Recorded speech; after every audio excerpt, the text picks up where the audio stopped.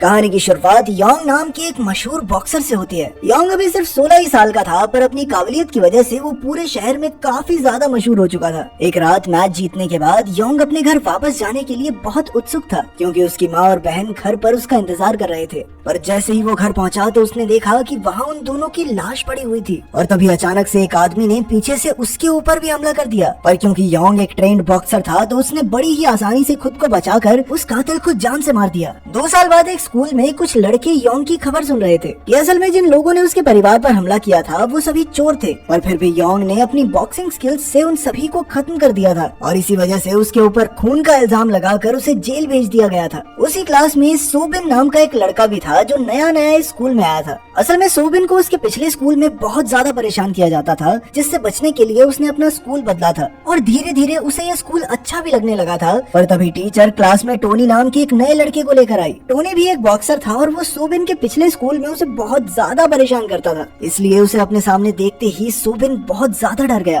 Teacher की class से जाते ही टोनी ने अपना दबदबा बनाने के लिए कुछ बच्चों को बिना वजह ही पीटना शुरू कर दिया, जिसके बाद वो सोबिन को पीटने के लिए उसके पास आया। सोबिन टोनी के सामने कुछ नहीं बोल पाया, इसलिए उसके एक दोस्त ने बीच में आकर उसे बचाने की कोशिश की, पर टोनी ने तो उस लड़की को भी धक्का देकर थप्पड़ मारने के लिए अपना हाथ उठाया। पर तभी सोबिन ने जिंदगी में पहली बार टोनी को रोकने की हिम्मत की, पर उसकी हिम्मत देखकर तो टोनी को और गुस्सा आ गया। उसने सोच लिया कि इसे तो अच्छे से पीटूंगा। इधर अपने बचाव के लिए सोबिन ने एक पेन उठा लिया, पर इसे देखकर टोनी रुकने वाला नहीं था। उसने बार बार सोबिन को पेन इस्तेमाल करने के लिए बोलना शुरू कर दिया, मारना मारना साले कमजोर, मारना। और अपने आप को टोनी की पकड़ में देखकर सोबिन ने बिना कुछ सोचे वो पेन उसकी आंख में मार दिया। इसके बाद उसके ऊपर अटेम्प्ट टू मर्डर का इल्जाम लगाया गया, पर सोबिन कोर्ट में टोनी के खिलाफ कुछ नहीं बोल पाया, जिसके चलते उसे 2 साल की सजा सुना दी गई। कोर्ट से जेल ले जाने के लिए उसे एक बस में बैठाया गया, जहां किस्मत से उसकी सीट योंग के साथ थी। जेल पहुंचकर सभी कैदियों को अलग अलग सेल्स में डाल दिया गया, जहां सोबिन की दोस्ती मिन नाम के एक चोर से हुई।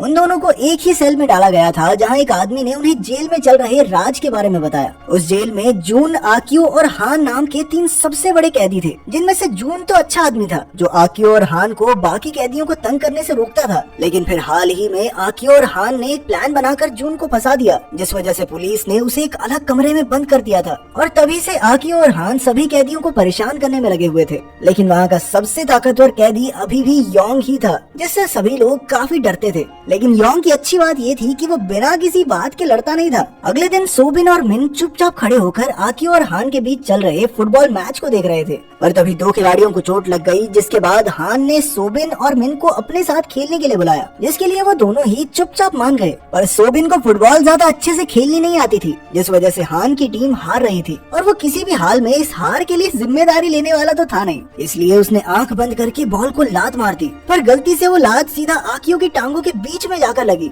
जिसके बाद गहने फूटने की वजह से दर्द के मारे आक्यू जमीन पर गिर गया। वो बहुत ज्यादा गुस्से में था, और इसलिए उसके लोगों ने सोबिन को खींचकर अपने सेल में ले जाना शुरू कर दिया। वहीं दूसरी ओर सोबिन बहुत ज्यादा डरा हुआ था, और उसे अपने पिछले स्कूल में किए हुए टॉर्चर की यादें आ रही थी, जिस वजह से वो उन लोगों से रहम की भीख मांगने लग गया। लेकिन उनके ऊपर इसका कोई असर नहीं हुआ। पर तभी उन लोगों की नजर पास से ही गुजर रहे योंग पर पड़ी, जिसे देखते ही उन्होंने ऐसा बर्ताव किया मानो वो सोबिन के दोस्त ही थे। और उनके इस बर्ताव को देखकर सोबिन समझ गया कि जेल में सभी लोग योंग से डरते हैं, और अपने आप को बचाने के लिए वो तुरंत ही योंग की तरफ भागा। वैसे तो योंग फालतू चक्करों में पड़ता नहीं था, लेकिन अपने सामने सोबिन को यूं गिड़गिड़ाते हुए देखकर उसने उसकी मदद करने का फैसला किया। और जब आक्यू ने उसे रोकने की कोशिश की, तो योंग ने एक ही मुक्के में उसे नीचे गिरा दिया। जेल में सभी बच्चों को पढ़ाया भी जाता था, पर क्लास के दौरान आक्यू की नजर सिर्फ सोबिन पर ही थी, जिसे वो किसी भी हाल में सबक सिखाना चाहता था। क्लास के तुरंत बाद एक गार्ड सोबिन को किसी से मिलवाने के लिए लेकर गया, और ये आदमी कोई और नहीं बल्कि टोनी ही था, जिसकी एक आंख अब पूरी तरह से खराब हो चुकी थी। साथ ही उसे स्कूल से भी निकाल दिया गया था, जिस वजह से वो अपनी जिंदगी सड़कों पर बिता रहा था, और उसका मानना था कि उसके साथ ये सब सोबिन की वजह से हुआ था, और अब वो किसी भी हाल में उसे जान से मारना चाहता था। ये बात सुनते ही सोबिन हमेशा की तरह उससे अपनी जान की भीख मांगने लग गया, लेकिन टोनी को भी उसकी इस बात से कोई फर्क नहीं पड़ा। क्लास के दौरान सोबिन की नजर योंग पर पड़ी, जो उस वक्त अपनी ट्रेनिंग कर रहा था, और उसे देखते ही सोबिन को एहसास हुआ कि उसके पास अभी 2 साल पड़े हैं बाहर जाने में, और अगर वो अच्छे से बॉक्सिंग सीख जाए तो अपनी जान बचा सकता है। इसके बाद वो तुरंत ही योंग को अपना ट्रेनर बनाने के लिए चला गया, जिसके लिए पहले तो योंग ने साफ इनकार कर दिया, क्योंकि उसे लगता था कि शायद सोबिन अपनी काबिलियत का गलत फायदा उठाएगा। पर जब सोबिन ने उसे अपने साथ हुए बर्ताव के बारे में बताया, तो योंग को विश्वास हो गया कि वो वो कभी भी गलत रास्ते पर नहीं चलेगा और इसलिए उसने सोबिन की मदद करने के बारे में सोचा। पर योंग को अपना ट्रेनर बनाने के लिए सोबिन को एक टेस्ट पास करना होगा जिसमें उसे 40 मिनट में ग्राउंड के 100 चक्कर लगाने थे और ये टेस्ट पास करने के बाद ही योंग उसे ट्रेनिंग देने वाला था। ये ट्रेनिंग सोबिन के लिए बहुत ज्यादा मायने रखती थी, इसलिए उसने बिना रुके ग्राउंड के चक्कर मारना शुरू कर दिया और भागते हुए उसकी आंखों के सामने सिर्फ अपने साथ हुए बुरे बर्ताव की तस्वीरें चल रही थी और इसलिए वो मरने को तैयार था लेकिन रुकने के लिए नहीं।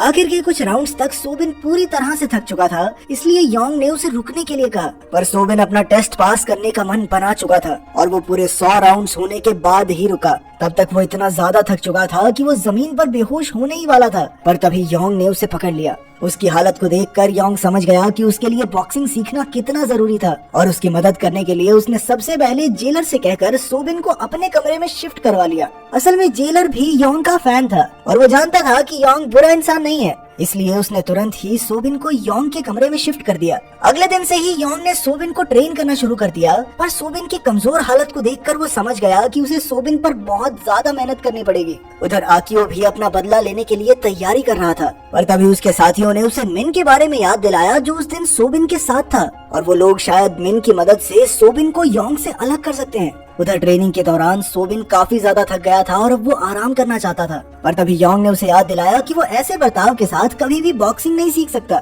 उसकी ये बात सुनते ही सोबिन दोबारा से एक्सरसाइज करने में जुट गया। वो अगले कुछ दिनों तक ऐसे ही लगातार मेहनत करता रहा और धीरे धीरे उसके शरीर में बदलाव आने लग गया। इसी बीच सोबिन और योंग के बीच एक अच्छी दोस्ती भी हो गई थी। वहीं बाहर टोनी ने एक एक करके शहर के सभी गुंडों से लड़ना शुरू कर दिया और एक दिन ऐसी ही लड़ाई के दौरान एक बहुत बड़े गैंगस्टर की नजर उस पर पड़ी, जिसने उसकी काबिलियत को देखते हुए उसे अपने लिए काम करने को कहा। और टोनी इस चीज के लिए तैयार नहीं था और इसीलिए उसने उस गैंगस्टर की बेइज्जती कर दी, जिसके जवाब में गैंगस्टर ने उसे एक ही थप्पड़ में नीचे गिरा दिया और फिर उसने टोनी को उसका ऑफर मानने का एक आखिरी मौका दिया। टोनी को पैसों की सख्त जरूरत थी और इसीलिए वो उस गैंगस्टर के लिए काम करने को राजी हो ही गया। उधर जेल में लंच के टाइम मिन ने सोबिन को बताया कि कुछ ही दिनों बाद योंग को बड़े लोगों की जेल में भेज दिया जाएगा, जिसके बाद सोबिन को आकियो से बचाने वाला कोई नहीं होगा। ये बात सुनते ही सोबिन काफी निराश हो गया क्योंकि योंग ने उसे इस बारे में कुछ भी नहीं बताया था और इसलिए वो तुरंत ही योंग से बात करने के लिए चला गया। पर योंग ने उसे समझाया कि कभी ना कभी तो उसे खुद के लिए लड़ना ही पड़ेगा ना, और वो समय जल्द ही आने वाला है। तो उसकी बात मानकर सोबिन दोबारा से ट्रेनिंग में लग गया।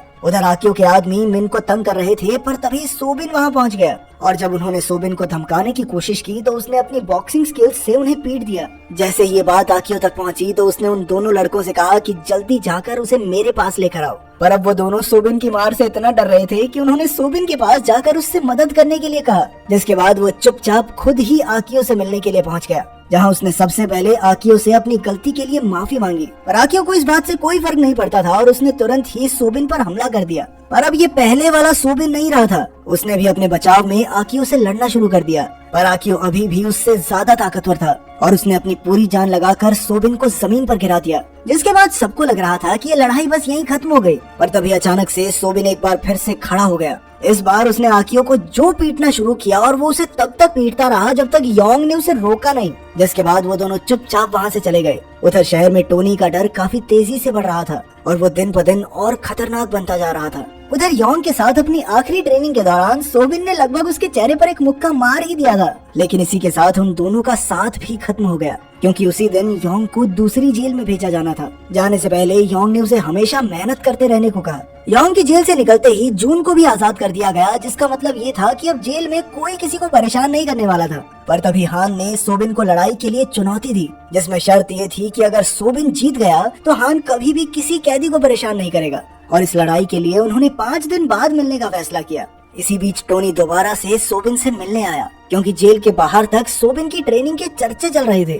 लेकिन वो डरने की बजाय काफी खुश था क्योंकि अब उनकी लड़ाई टक्कर की होने वाली थी। कुछ दिनों बाद मैच के दौरान हान और सोबिन एक दूसरे को कांटे की टक्कर दे रहे थे और सोबिन की कड़ी मेहनत के सामने हान भी ज्यादा देर टिक नहीं पाया और अपनी हार मानते हुए उसने अपने वादे को पूरा करने का फैसला किया। उस दिन के बाद से जेल में कभी भी किसी को परेशान नहीं किया गया और धीरे धीरे सभी लीडर एक दूसरे के काफी अच्छे दोस्त भी बन गए। कुछ इसी तरह सोबिन की कैद के 2 साल भी बीत गए और जेल के बाहर निकलते ही उसका सामना टोनी से हुआ, जिसने बिना कुछ बोले ही उससे लड़ना शुरू कर दिया। उनकी लड़ाई के दौरान हमने देखा कि वो दोनों ही इतने फुर्तीले थे कि वो एक दूसरे को एक मुक्का भी नहीं मार पा रहे थे। पर थोड़ी देर बाद टोनी ने ठीक पहले की तरह सोबिन को पीटना शुरू कर दिया और तभी जमीन पर पड़े सोबिन की आंखों के सामने योंग का चेहरा आया। वो फिर से उठ खड़ा हुआ और लड़ना शुरू कर दिया और इस बार उसने योंग की बताई हुई एक खास टेक्निक का इस्तेमाल करके ऐसा मुक्का मारा जिससे टोनी चाहकर भी खड़ा नहीं हो पाया। टोनी को हराने के बाद सोबिन चुपचाप वहाँ से चला गया। दूर होने के बावजूद भी उसकी और योंग की दोस्ती अब भी बरकरार थी।